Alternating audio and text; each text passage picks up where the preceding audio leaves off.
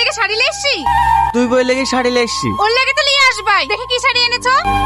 এইটা আমার খুব পছন্দ, আমি এই শাড়িটাই নেবো। তুই নেবো বললে হবে, এই শাড়িটা আমারও পছন্দ, আমি নেবো। আরে তুমি ঝামেলা করছো কেন? এই দোকানে একটা শাড়ি আছে, এই শাড়িটা নাও না। আমি ঝামেলা করছি? এই শাড়িটা আমার পছন্দ, আমি নেবো। কিন্তু ওই শাড়িটা ওকে নিতে বলো না। তুই নেবি মানে? এই শাড়িটাকে আমি পছন্দ করেছি, আমি নেবো। ছাড় শাড়ি, ছাড় তোর শাড়ি।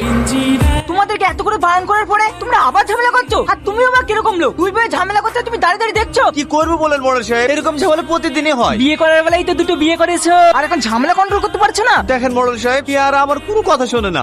আমি যদি কিছু বলতে যাই তাহলে আমার সঙ্গে খুব খারাপ ব্যবহার করে। দেখো আমি সাফ সাফ বলছি, তোমাদের জন্য যে গ্রামের লোকের অসুবিধা হোক সেটা আমি চাইনি। তুমি যখন দুটো বিয়ে করেছো, ঝামেলা কন্ট্রোল করতে পারছো না, তাহলে একটা বউকে বাড়িতে রাখো আর একটা বউকে অন্য জায়গায় জমি কিনে ঘর করে দাও, তাহলে তো সব সমস্যার সমাধান হয়ে যায়। সে নয়তো বুঝলাম, কিন্তু জমি কিনে ঘর করা সে তো অনেক টাকার ব্যাপার। অত টাকা পাবো কোথায়? সেটা তোমার দুটো বিয়ে করার আগে ভাবতে হতো। তোমাকে 1 মাস টাইম দেওয়া হলো, এর মধ্যে যদি এই সমস্যার সমাধান না হয় তাহলে তোমাদের সবাইকে এই গ্রাম থেকে টানতে টানতে বের করে দেবো। ঠিক আছে মোড়ল সাহেব, আমি যা করি হোক ওকে বাড়ি করে দেবো। এই এই খবরদার বাড়িতে ঢুকবি নি। বুড়ি রুটি খাবে বললে তো, তাই হোটেল থেকে রুটি নিয়ে এসছি। মুসলিমা, মুসলিমা, একে তুই রুটি আনতে বলেছি? হ্যাঁ মা বলিসি। ঠিক আছে, রুটিগুলো এখানে রেখে চলে যাও। শুধু সবজি এনেছো, মাংস আনতে পারোনি? খাবার তো রুটি।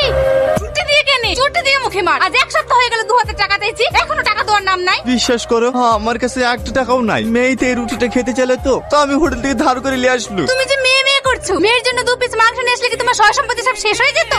ঠিক আছে, এই রুটিগুলি রাখো, আমি এক্ষুনি বুড়ির লেগে মাংস নিয়ে আসছি। আর শোনো, মাংস নিয়ে বাড়িতে ঢুকবা না, যারটার হাত দিয়ে পাঠিয়ে দিবা। এই দাঁড়া, ওই বাড়ি থেকে নাকি সিলে তাই বল। আমি যাইনি তো। এই তুই যাসনি? আমার মিথ্যে কথা বলছি, আমার কাছে সব খবর আছে। ওই সতীনকে রুটি দাসলি?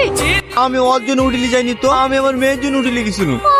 ও তোমার মেয়ে আর আমি তোমার মেয়ে না। আমাকে এক্ষুনি রুটি এনে দাও, আমি রুটি খাবো। বিশ্বাস কর মা, আমার কাছে 1 টাকাও নাই। ওই বুড়ির লেগে আমি ধারে রুটি লেগেছিল। তো আমি কি করবো? ওর জন্য নিয়ে আসতে পারছো, আমাকে এনে দাও। অনেক রাত হয়ে গেছে, দোকান পাশে সব বন্ধ হয়ে গেছে, কাল এসে দিলে হবে না? ওসব কিছু জানেনি, দোকান যখন বন্ধ হয়ে গেছে আজ তুমি আমাদেরকে রুটি বানিয়ে খাও।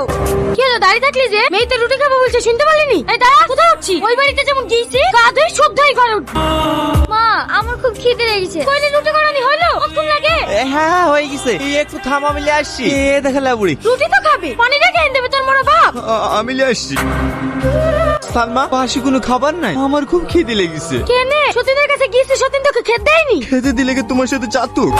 এখন কোনো খাবার নেই, সকালে খাস, চুপচাপ শুয়ে পড়। আর একটা কথা শোন, রান্নাঘরে বিস্কুট আছে, খবর দিলে খাবিনি। সকালবেলায় বুড়ি খেয়ে প্রাইভেট যাবে, ও আবার বিস্কুট ছাড়া চা খেতে পারে না।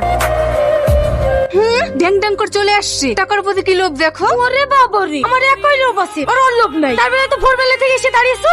এই মুখ সামলে কথা বলবি। টাকা নিতে এসছি, ভদ্রভাবে টাকা নিয়ে বাড়ি যাবি। এই পেমেন্ট পেয়েছি? হ্যাঁ পেয়েছি। এই ব্যাগটা আমাকে দে, আমি ভাগ করে দিচ্ছি। তুই ভাগ করবি মানে? আমাকে তো আমি ভাগ করবো।